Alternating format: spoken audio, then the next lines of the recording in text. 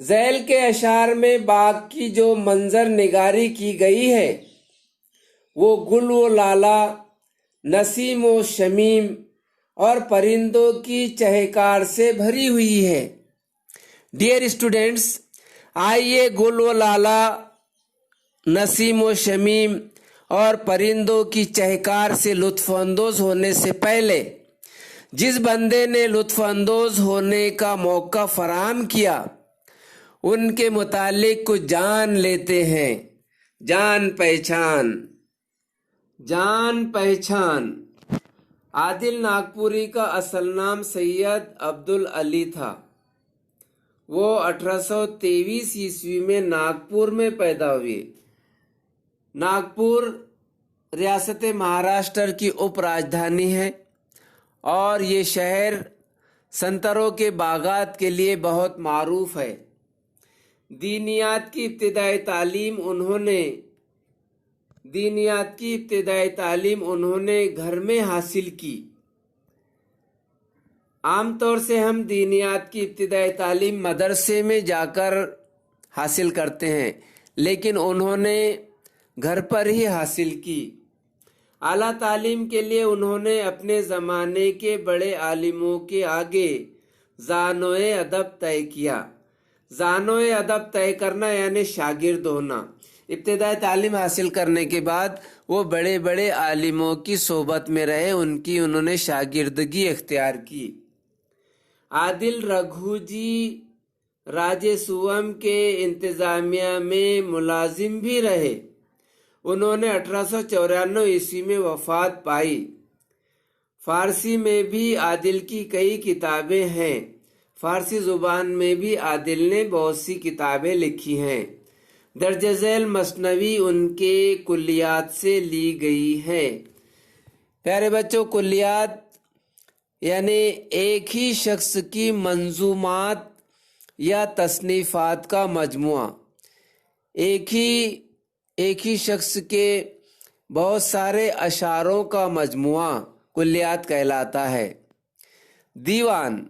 دیوان کسے کہتے ہیں؟ دیوان شاعر کے کلام کا مجموعہ، یعنی ایک ہی شاعر کے کلام کا مجموعہ دیوان کہلاتا ہے۔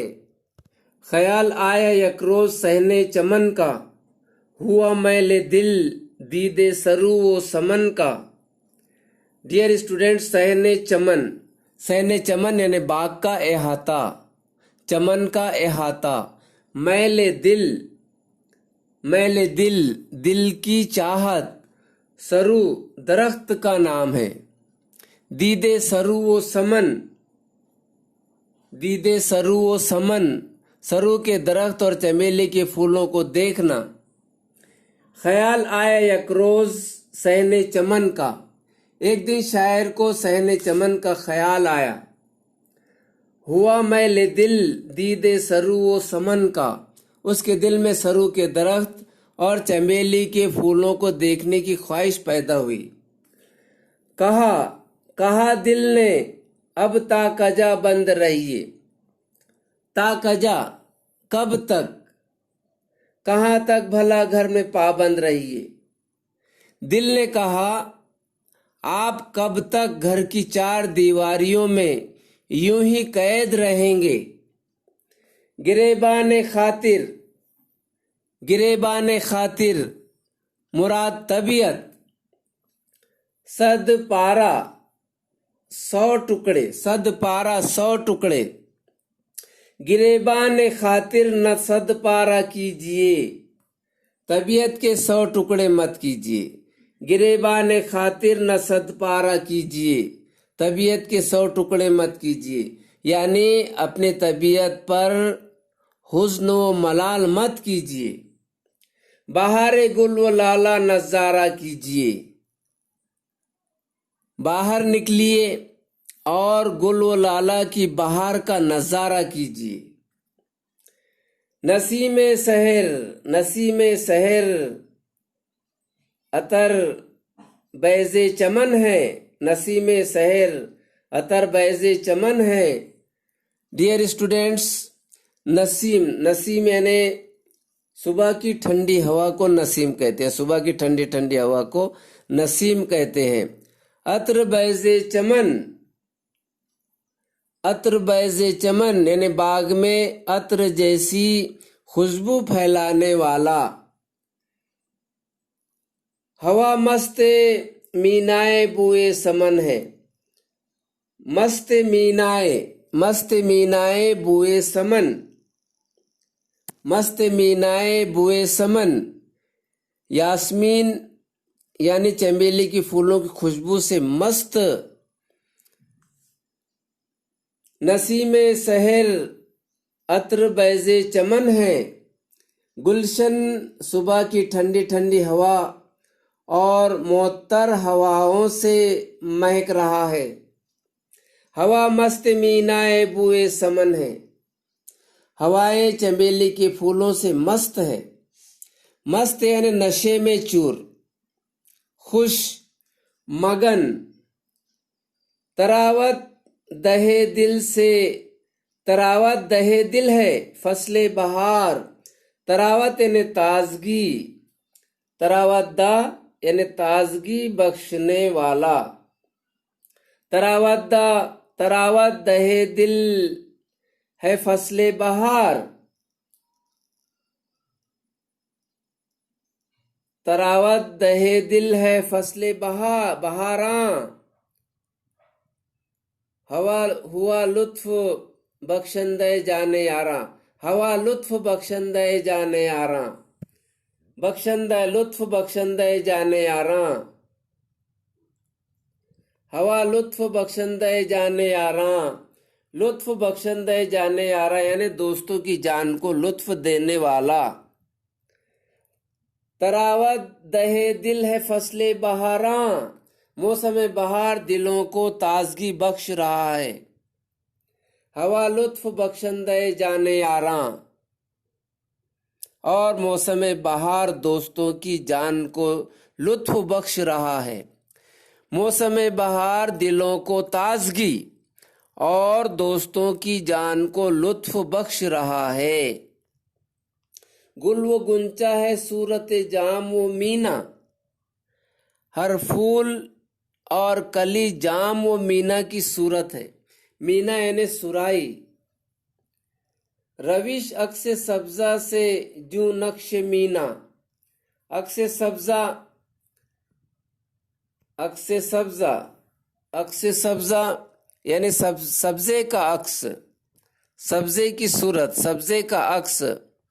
ہریالی کی وجہ سے راستہ ایسا لگتا ہے جیسے کسی سرائی پر نقاشی کی گئی ہو۔ گل و گنچا ہے صورت جام و مینا، روش یعنی راستہ، روش عکس سبزہ سے جو نقش مینا۔ ہریالی کی وجہ سے راستہ ایسا لگتا ہے جیسے کسی سرائی پر نقاشی کی گئی ہو۔ سفیر انادل، سفیر انادل ملالت ربا ہے، سفیر انادل ملالت ربا ہے، سفیر انادل، سفیر انادل یعنی بلبلوں کی آواز، بلبلوں کی آواز۔ ملالت ربا، ملالت ربا یعنی ملال کو ختم کرنے والا۔ خیاباں میں مستانہ پھرتی صبا ہے، خیاباں یعنی کیاری۔ سفیر انادل ملالت ربا ہے، بلبلوں کی آواز غم کی کیفیت کو ختم کرنے والی ہے۔ خیاباں میں مستانہ پھرتی صبا ہے، اور خیاباں میں، کیاریوں میں باد صبا مست ہو کر گھومتی پھر رہی ہے۔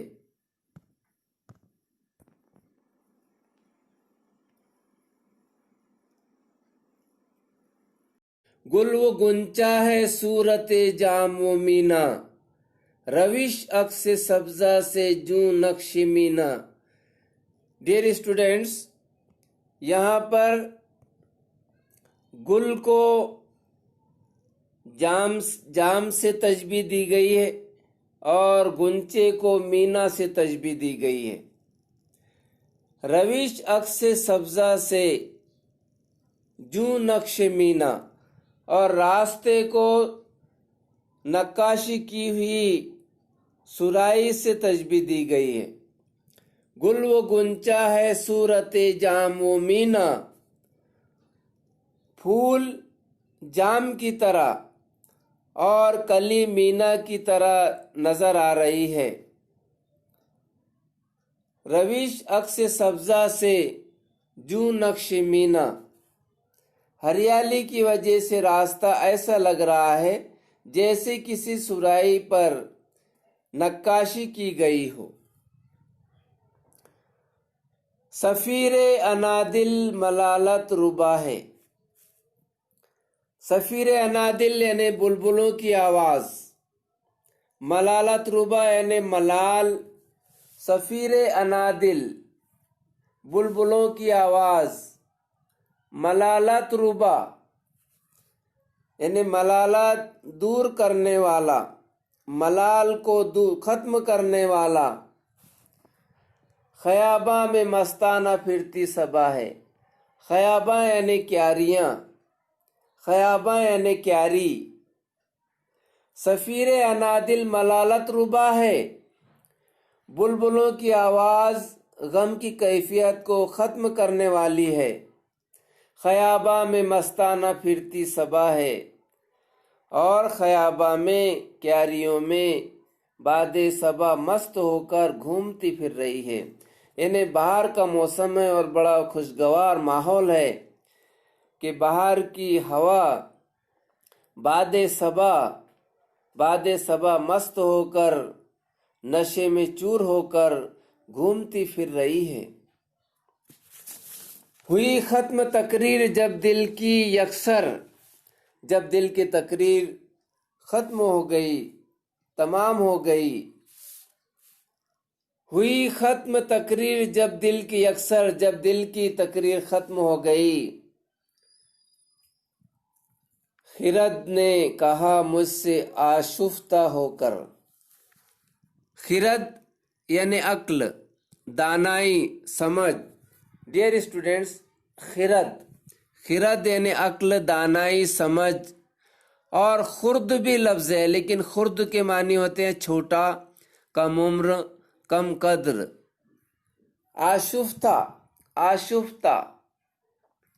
آشفتہ یعنی پریشان، آشفتہ یعنی پریشان۔ صفیر ہوئی ختم تقریر جب دل کی یکسر، جب دل کی تقریر ختم ہوئی۔ خرد نے کہا مجھ سے آشفتہ ہو کر، تو عقل نے مجھ سے پریشان ہو کر کہا۔ جب دل کی تقریر ختم ہوئی تو عقل نے مجھ سے پریشان ہو کر کہا۔ ڈیئر اسٹوڈینٹس، آپ سمجھ رہے ہوں گے، دیکھیے کس طرح مثنوی کا ہر قافیہ الگ ہوتا ہے، لیکن ایک شعر کا تعلق مسلسل دوسرے شعر کے ساتھ جڑا ہوا ہوتا ہے۔ دیکھیے کہ اے بے خبر ابلا و سخت ناداں،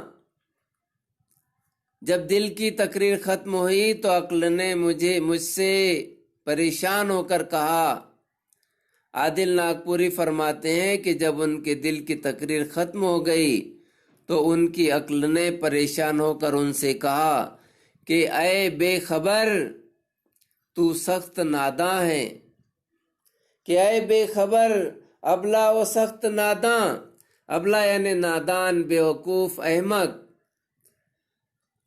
کہ اے بے خبر ابلا و سخت ناداں، کبھی دل کی تقریر سے ہو نہ شاداں، دل کی بات سن کر خوش مت ہو جانا۔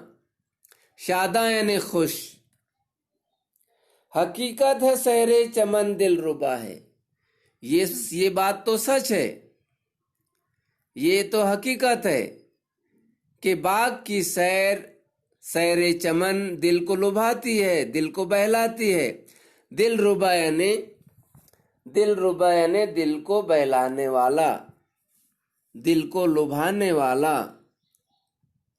ولے اس کو جو اہل برگ و نوا ہے، ولے یعنی لیکن، اہل برگ و نوا، اہل برگ و نوا، اہل برگ و نوا، اہل برگ و نوا یعنی امیر، امیر لوگ، مال و متا والے۔ یہ بات تو سچ ہے کہ سیر چمن دل کو لبھاتی ہے، لیکن ان لوگوں کے دلوں کو بہلاتی ہے، ان لوگوں کے دلوں کو لبھاتی ہے جو آسودہ حال ہیں، دولت مند ہیں، ثروت مند ہیں۔ ثروت مند یعنی ڈیئر اسٹوڈینٹس، ثروت مند یعنی تونگر، جن کی رسائی حکومت تک ہو، رسوخ والے، اثر و رسوخ والے۔ یہ گلگشت زیبا نہیں ہر گدا کو، زیبا ڈیئر اسٹوڈینٹس، زیبا یعنی مناسب، موزوں و مناسب، اور گدا یعنی فقیر، مفلس، غریب۔ یہ گلگشت زیبا نہیں ہر گدا کو، نہ ہر مفلس بندے دام انا کو، مفلس بندے دام انا، دکھ درد کے حال میں پھنسا غریب، مفلس بندے دام انا، دکھ درد میں گھرا ہوا پھنسا ہوا غریب۔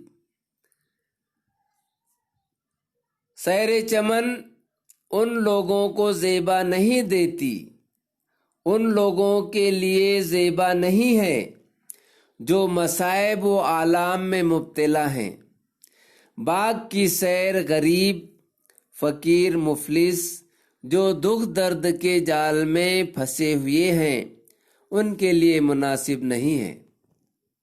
اگر یوں ہی منظور ہے سیر گلشن، اگر تجھے سیر گلشن منظور ہی ہے، گلشن کی سیر کرنی ہی ہے، اگر تجھے گلشن کی سیر کرنی ہی ہے مطلوب سمع سفیر نوازن، سمع سفیر نوازن۔ Dear students, are you listening to me carefully? سمع سفیر نوازن، چہچہاہٹ کی آوازوں کو سننا، پرندوں کی چہچہاہٹ سننا ہی ہے۔ اگر تجھے پرندوں کی چہچہاہٹ سننا ہی ہے، گلشن کی سیر کرنا ہی ہے، اور پرندوں کی چہچہاہٹ، پرندوں کی خوشحالی کو سننا ہی ہے، ذرا چل کے اب دیکھ دربار اس کا، تو پھر ذرا چل کر اس کا دربار دیکھ کہ کیسا ہے محفل کا گلزار اس کا، اور دیکھ لے اس کی محفل کا گلزار کیسا ہے۔ ڈیئر اسٹوڈینٹس، شاعر عادل ناگپوری راجا رگھوجی راؤ سوم کے انتظامیہ میں ملازم تھے، ہم اس سے پہلے بھی پڑھ چکے ہیں، اور اس کی انتظامی صلاحیتوں سے بہت ہی متاثر تھے۔ ذرا چل کے اب دیکھ دربار اس کا، ذرا چل کے اب دیکھ دربار اس کا۔ اس مصرعے میں شاعر نے اپنے بادشاہ کے دربار کی طرف اشارہ کیا، یہ وہ دربار ہے۔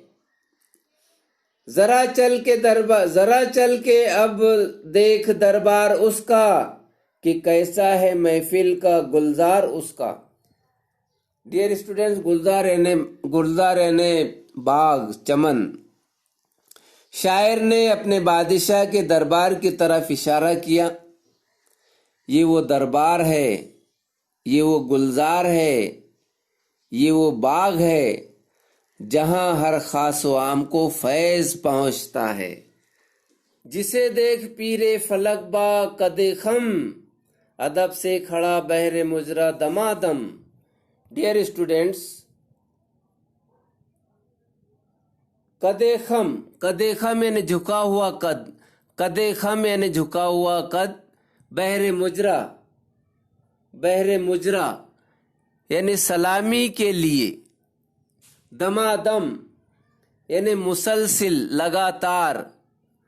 جسے دیکھ پیرے فلک با قد خم، ادب سے کھڑا بحر مجرا دمادم، جسے پیر فلک بھی بڑے ادب و احترام کے ساتھ فرشی سلام کر رہا ہے۔ ڈیئر اسٹوڈنٹس، شاعر نے اپنے بادشاہ کے دربار کی طرف اشارہ کیا اور کہا کہ یہ وہ دربار ہے، یہ وہ گلزار ہے، یہ وہ باغ ہے جہاں ہر خاص و عام کو، امیر کیا غریب کیا، سبھی کو فیض پہنچتا ہے، اور یہ وہ گلزار ہے جسے پیر فلک بھی بڑے ہی ادب و احترام کے ساتھ فرشی سلام کر رہا ہے۔ خلاصہ، ایک دن شاعر کو صحن چمن کا خیال آیا۔ اس کے دل میں سرو اور سمن کے درختوں اور پھولوں کو دیکھنے کی آرزو پیدا ہوئی۔ دل نے اس سے کہا کہ آپ کب تک یوں ہی گھر میں بند رہیں گے؟ آپ طبیعت پر ملال طاری مت کیجیے اور گل و لالا کی بہار کا نظارہ کیجیے، جہاں صبح کی ٹھنڈی ہوا چمن کو خوشبو سے معطر کر رہی ہے اور خود سمن کے پھولوں کی خوشبو سے مست ہو جا رہی ہے۔ یعنی وہ نسیم جو بصیرت کے باغ میں چلتی ہے اور خوشبودار سانسوں والی ہے، جو ہستی کے باغ کے پھول کی خوشبو ہے۔ بہار کا موسم دلوں کو تازگی عطا کر رہا ہے اور ہوا دوستوں کی جان کو لطف بخش رہی ہے۔ شاعر کا دل پھولوں اور کلیوں کو جام اور مینا کی تشبیہ دیتے ہوئے کہہ رہا ہے کہ راستہ ہریالی کی وجہ سے ایسا لگ رہا ہے جیسے کسی صراحی پر نقاشی کی گئی ہو۔ بلبلوں کی آواز غم کی کیفیت کو ختم کرنے والی ہے اور خیاباں میں صبا اپنے آپ میں مست ہو کر گھومتی پھر رہی ہے۔ جب دل نے اپنی یہ تقریر ختم کی تو عقل نے پریشان ہو کر شاعر کو مخاطب کیا اور کہا کہ اے بے خبر، تو بے وقوف اور نادان ہے جو دل کی باتیں سن کر خوش ہو رہا ہے۔ یہ سچ ہے کہ باغ کی سیر دل کو لبھانے والی ہے، لیکن صرف اسی کے لیے جو مالدار اور امیر ہے۔ یہ کسی غریب، فقیر، دکھ درد کے جال میں پھنسے مفلس کو زیب نہیں دیتی۔ اگر تجھے گلشن کی سیر کرنی ہی ہے اور پرندوں کی چہچہاہٹ کو سننا ہے تو پھر چل کر اس کا، ناگپور کے راجا رگھوجی راؤ بھوسلے کا دربار اور اس کی محفل کے گلزار کو دیکھ، جس کو دیکھ کر اتنا قدیم آسمان جھک کر کھڑا ہے اور ادب سے اسے مسلسل سلام کر رہا ہے۔ ڈیئر اسٹوڈنٹس، ذخیرہ الفاظ سے معیار تعلیم بلند ہوتا ہے، لہٰذا ذخیرہ الفاظ کو ہمیشہ بڑھانے کی کوشش کیجیے۔ میل دل کی چاہت، دیدے سرو و سمن، سرو کے درخت اور چمیلی کے پھولوں کو دیکھنا۔ تا کجا، کب تک، گریبان خاطر، مراد طبیعت، صد پارا، 100 ٹکڑے، عطر بیز چمن، باغ میں عطر جیسی خوشبو پھیلانے والا، مست مینائے بوئے سمن، یاسمین یعنی چمیلی، یاسمین کے پھولوں کی خوشبو سے مست، خیاباں کیاری، آشفتہ پریشان، آبلہ بے وقوف، اہل برگ و نوا مال و متا والے امیر، گلگشت باغ کی سیر، زیبا اچھی لگنے والی مناسب موضوع، مفلس بندے دامے انا، دکھ درد کے جال میں پھنسا ہوا غریب، مطلوب یعنی مقصود، سمع صفیر نوازن، چہچہاہٹ کی آوازوں کو سننا، گریبان خاطر مراد طبیعت، 100 پارہ 100 ٹکڑے، عطر بیز چمن، باغ میں عطر کی عطر جیسی خوشبو پھیلانے والا، مست مینائے بوئے سمن، یاسمین کے پھولوں کی خوشبو سے مست، لطف بخشندے جان یاراں، دوستوں کی جان کو لطف دینے والا، صفیر انادل، بلبلوں کی آواز، ملامت روبا، ملال کو ختم کرنے والا، گلگشت، باغ کی سیر، زیبا، اچھی لگنے والی، مناسب، مفلس بندے دامے انا، دکھ درد کے جال میں پھنسا غریب، مطلوب یعنی مقصود، سمع صفیر نوازن، چہچہاہٹ کی آوازوں کو سننا، قد خم، جھکا ہوا قد، بحر مجرا، سلامی کے لیے، دمادم یعنی مسلسل۔ ڈیئر اسٹوڈنٹس، زیادہ سے زیادہ علم حاصل کیجیے۔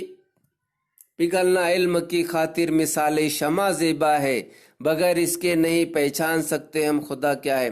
بس آج کے لیے اتنا ہے۔ گڈ بائے، اللہ حافظ۔